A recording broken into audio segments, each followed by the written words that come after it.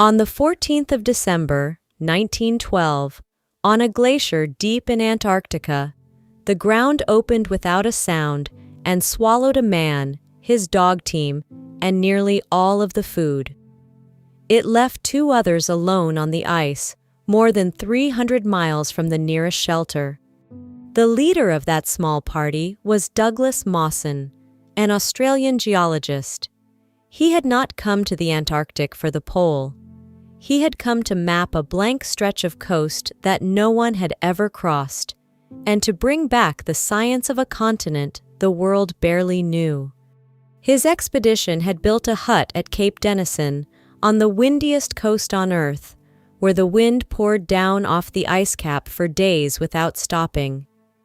From there, in the brief summer, small parties set out on foot and by dog sledge to explore in every direction.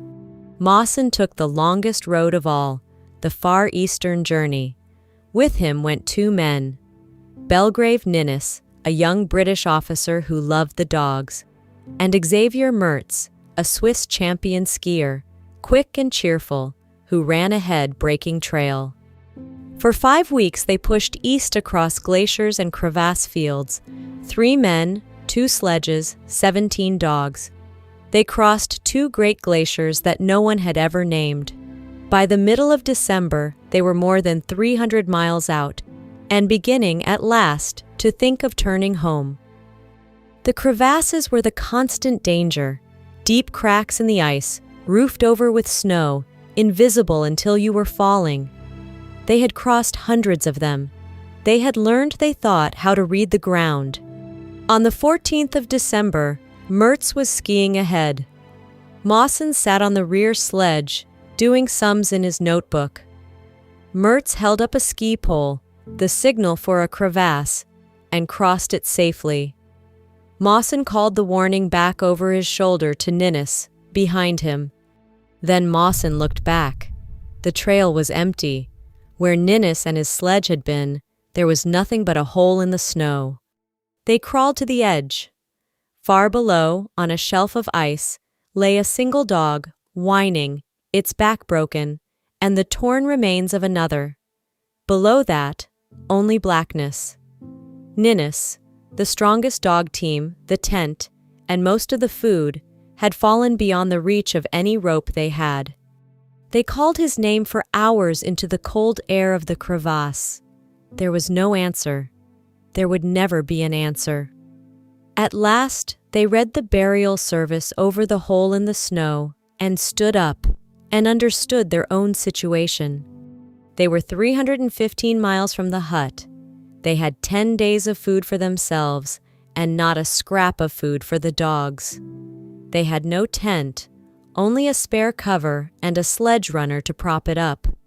And the brief Antarctic summer was already turning. There was only one possible decision. They would walk and they would eat the dogs. One by one, as each animal weakened and could pull no more, it was killed and divided. Some meat for the men, the rest fed to the surviving dogs. The meat was stringy and bitter. They boiled it for hours to make it soft enough to swallow. What neither man could know was that the dogs' livers carried something deadly. The liver of a sled dog holds an enormous concentration of vitamin A, enough in those quantities to poison a human being. The 2 starving men were eating the one part that was killing them. First, their skin began to peel, from their hands, their faces, the soles of their feet. Their hair came loose. They grew dizzy and slow. And Mertz, the strong skier who had run ahead of everyone, began to fail. He could no longer pull. Then he could no longer walk far. Mawson loaded him onto the sledge and hauled him. Mertz grew confused, then violent, then quiet. On the night of the 8th of January, he died in the makeshift tent, with 100 miles of ice still between Mawson and home. Mawson was now alone. He was starving, his body breaking apart. The soles of his feet had separated from the flesh beneath. He bound the dead skin back on with bandages, pulled his socks over the top, and kept walking.